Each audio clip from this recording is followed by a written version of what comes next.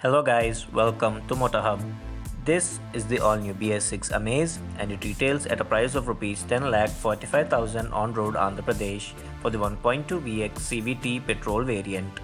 Honda gives 3 years unlimited kilometers warranty as standard and it is extendable up to 2 years unlimited kilometers.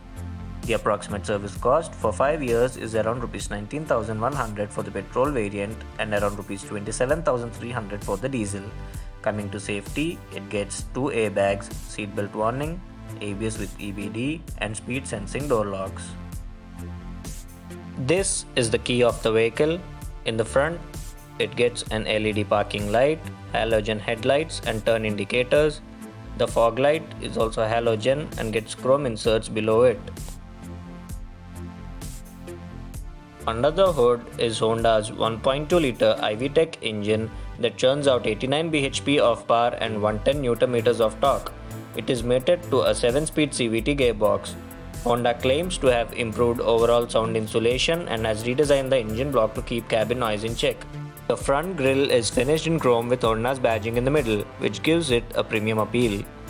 Coming to the side, it gets alloy wheels finished in silver and the tire size happens to be 175 by 65 R15, which is under tight for a car of this size.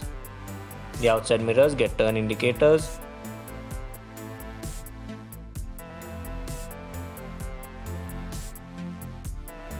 Coming to the rear, the taillights are halogen and there is chrome running across the tailgate. Exclusive edition badging here. Rear parking sensors, electronic boot release, and the boot carrying capacity happens to be 420 liters. No hook or light placed inside and 2 full suitcases can fit in easily. The spare wheel is not an alloy and the tire size is 175 by 70 R14, which is an inch less than the tires the car runs on.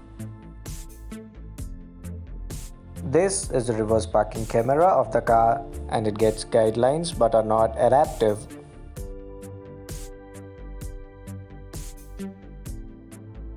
Moving to the rear door, the interior of the car is finished in two-tone. Door pockets are large and can accommodate 1-litre water bottles. The seats are finished in beige, which makes the cabin feel airy, and it also gets ISOFIX child seat mounts but misses out on adjustable headrests at the rear. The legroom and knee room is good. Headroom could be an issue for tall passengers. Center armrest with twin cup holders, scooped out seat backs with magazine holders. Below here is a 12-volt power outlet.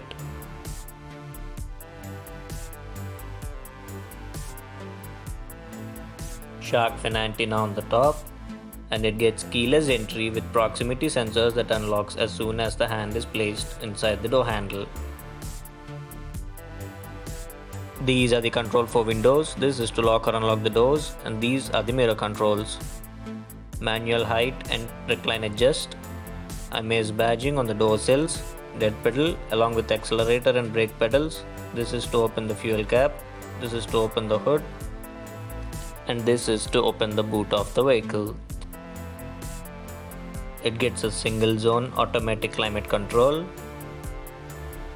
Below it is a 12-volt power outlet along with 2 USB ports and some storage space below it. This is the gear lever, handbrake and an adjustable armrest with some storage space below it. AC vents look somewhat similar to the second generation Swift. Coming to the audio system, it is a slick-to-use 7-inch touchscreen unit with Apple CarPlay, Android Auto, Bluetooth and USB connectivity. It also shows navigation data. Now let's play an audio.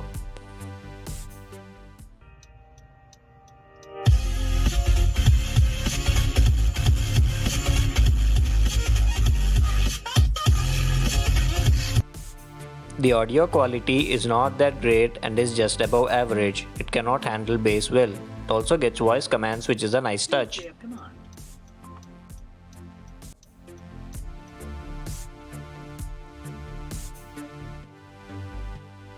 These are the steering mounted audio controls and you also get the voice recognition button here.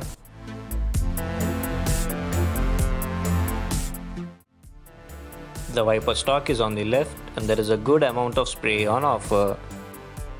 It also gets paddle shifters to take manual control of the car in sport mode. Instrument cluster is an analog digital unit and gets tachometer on the left, MID in the middle and speedometer on the right. Turning on the ignition, it does a full swipe of the instrument cluster.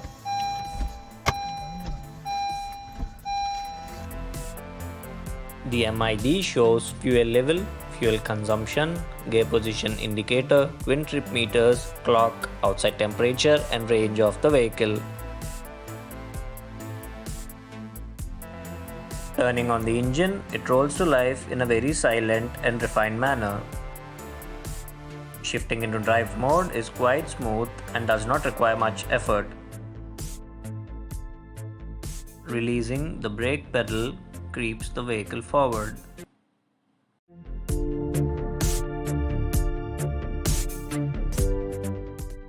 The cabin is very quiet at lower speeds and Honda's well-refined engine does its job quite smoothly.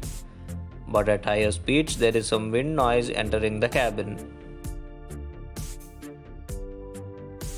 The steering is light at lower speeds but weighs up well as the car picks up pace. It is not as agile or willing to change directions as its rivals. High-speed stability is not that great and due to this fact Honda has limited the top speed to 146 km per hour. Coming to the engine, the 1.2 litre IV Tech is very refined but the mid-range feels weak. The engine wakes up strongly beyond 5000 rpm mark before redlining at 6700 rpm. The CVT gearbox does a far better job than the petrol manual in delivering power. The spikes in power are masked well and extracts the best performance from the engine. It upshifts very smoothly without a jerk unlike the AMT gearbox of its rivals and keeps the revs low in the city. Once you floor the accelerator, it holds the revs at 6000 rpm as the speedo needle climbs rapidly. The suspension is on the softer side which in turn increases the body roll of the car when cornering. However, the soft suspension has its advantages of absorbing bad roads at lower speeds but crashes at higher speeds over expansion joints and sharp potholes. The turning radius of the car happens to be 4.7 meters.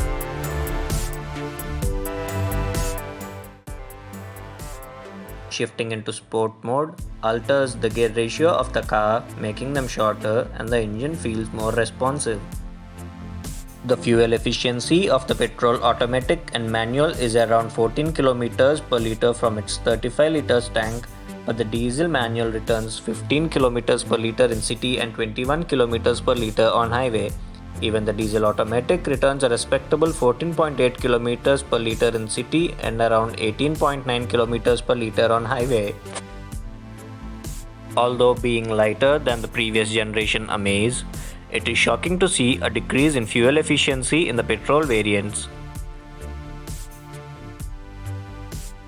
The brakes of the car work really well and are confidence inspiring even at higher speeds. The car is definitely bigger than the previous Amaze and its rivals. It has a class-leading boot capacity and ground clearance of 170 mm.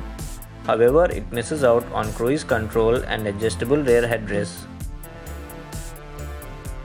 The Japanese automaker was once the king of petrol engines, but now many manufacturers are offering turbo petrol engines and none of the Honda cars have one, which makes the diesel Amaze more powerful and more fun to drive than the petrol. However, the Amaze misses out on a plethora of features like a projector setup, LED tail lights, wider tires, adjustable headrests at the rear, auto-dimming inside rearview mirror, and LED DRLs, unlike its closest rivals. The petrol Amaze is a compact and easy-to-drive car in the city with ample amount of storage space. And on the other hand, the automatic is a step ahead for its convenience in stop-and-go traffic and better performance. So this is my review on the all-new BS6 Honda Amaze. Do not forget to subscribe and hit the bell icon. Bye bye.